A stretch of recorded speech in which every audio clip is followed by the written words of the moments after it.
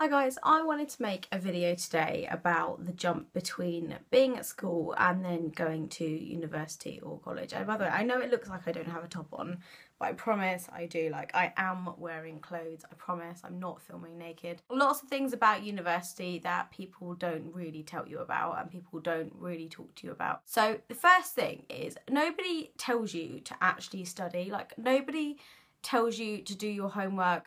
Nobody checks whether you've studied. Nobody checks because you don't generally have assignments and stuff to give in. You might have the occasional assignment that you have to do as like a group, but there is no register. So if you don't turn up at your lectures, you are going to fail your degree. The other thing is, make sure you choose the right university for you. So lots of people asking me like how I choose my university, and I went to visit loads and loads and loads of unis. I went to visit like 10 of them. At first I didn't know if I wanted to do pharmacy, I didn't know if I wanted to do optometry, so I went to visit like all the universities that offered them. And the reason I picked Aston, the reason I picked the one that I wanted to go to is because when I visited all the other universities, the first year campus was absolutely massive. You've got lectures miles spread apart from each other. You're living in a completely different place to like where your lectures are.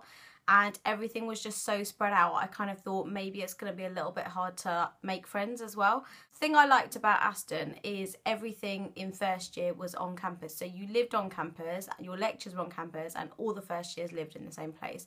It isn't a massive university. I think each year has about 2,000 students, which actually isn't that much for university. But that was one of the things I really liked about the university, is I thought actually in order to make friends, it's going to be a lot easier if everybody just lives in the same place. So that was like the first thing I looked at. The other thing was university, like Aston for me wasn't a massively stupidly like long trip away from home. It was maybe an hour and a half, an hour and 15 minutes on the train, or driving it was like maybe an hour and 20 minutes or something. So it was kind of just far enough away for me to move out of home and learn to like grow up and live by myself, but close enough that I could come home once a term if I felt like I wanted to get some frozen Indian food. It wasn't like really far away, but I didn't feel so far away from my parents that I wanted to like cry every single day. Some people, going back to like the university, like a lecture thing, people that don't go to their lectures will fail university. So you have to be really responsible when you're going in, you're going to be responsible for your own studying, responsible for getting through your own exams.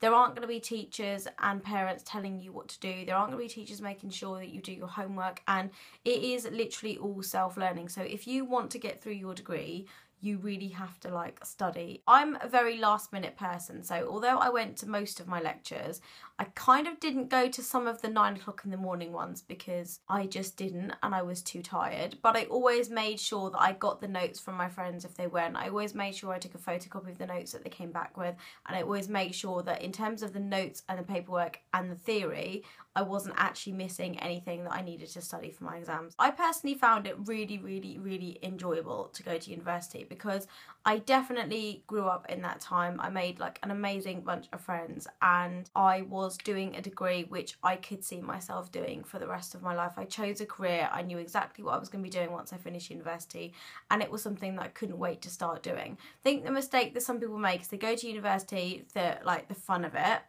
They don't actually study because they don't really know what they want to do with their lives, and then they end up failing or coming out of university and working in some job that they don't really want to do. And if you've got the money to spend £27,000 on like fees, and you've got that money to like throw away, then fair enough, go to university for fun. But if you don't have the money to throw away, like most people wouldn't, make sure you pick a degree that you really have an interest in and make sure that you get through. Also, the other thing with lectures, like if you don't go to your lectures and you don't make that many friends in the first year, you're not actually going to have anybody to ask when you don't understand stuff. So I think it's really important that you go to your lectures, and if you don't understand something, you ask your lecturers and you talk to them about it. I definitely loved living away from home. I definitely loved like having the freedom, and I loved enjoying not being so sort of wrapped up in cotton wool, because my parents are obviously very protective because they have 2 girls. And going to university for me was quite scary. But I think because the friends I had back home, I was quite streetwise. I knew, you know, not to make friends with random people. I knew to be really aware of new people. And there were lots of people at university that were just there to kind of make friends with everybody and talk to as many people as they could. And then at the end of the 3 years, they didn't actually have any real close friends because they just sort of spread themselves so thin. So when I came out of university, I could count my best friends on one hand, and I would do absolutely anything for those people. Now, I did talk about this when I made my first university video, but I think choosing the right university and making sure it's a degree that you are really happy with is so important. But it is a massive step from A-levels. I actually found A-levels a lot harder than I found my degree. I think with the A-level thing, I did obviously like sciencey subjects, but with my degree, it was something that I really wanted to do. In order to get to the degree that you want to do, you have to do certain subjects and you have to do really, really well to get into the certain things that you want to do. Whereas when I went to university, I knew exactly what I was going to be learning, and it was really, really amazing and really enjoyable for me to do that degree. In terms of like your personal statement, because I got a couple of questions about personal statement, and I think you should come across as an all-rounded person. So they don't want to know that all you do is study and read books. They want to know that you're social. They want to know that you have interests outside of studying. They want to know if you've been travelling. They want to know if you've done voluntary work. They want to know that you can speak different languages. Because I had a couple of friends that actually applied to Oxford. They had all A's and they still didn't get through because the personal statement showed that they just studied and didn't have any interest outside of that. So I think if you show to them that you're an all-rounded person with interests in lots of different things, you've got a much more chance of getting into like the universities that you want. Also, because universities have different kind of social groups as well, they want to know that you're going to interact with people. They want to know that you're going to take part in all that sort of stuff. And I think that's really important, that you do join groups and you do get involved and you do join a sports group or a religious group or something where you're going to meet people that have the same sort of beliefs as you, interests as you, and you can also make friends with people that you're going to be studying with as well, where you don't just go to your lectures and then come back and then just go back into a room and study. Like some people did that, but they didn't have any friends. And I think you have to kind of balance your life between getting through your degree and making friends with people that you trust. Some people wanted me to talk about like working at university. I never had a job at university because I wanted to enjoy my friends. I wanted to enjoy socialising. I was having too much fun partying, and then and then I'd need time to like study as well. So I didn't actually go to get a job and stuff because I'd saved up money before I went so that I could spend money on books and things like that. My parents helped me out quite a lot as well. And the rule with my parents is we'll pay for like your books and education and your rent and stuff if you pay your student loan back after you're done.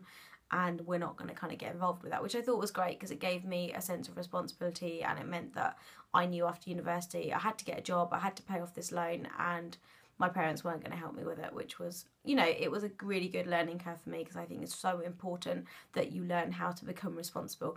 You need to learn to also budget your money. So at university, I got given a student loan. I had a certain amount of money and I knew when that student loan was going to go back into my account every sort of 12 weeks or whatever it was. So I had to budget my money with my books, my lectures, taxis, going out, food, supermarket shopping, toilet roll, like all the stuff that your mum and dad pay for at home that you don't think about.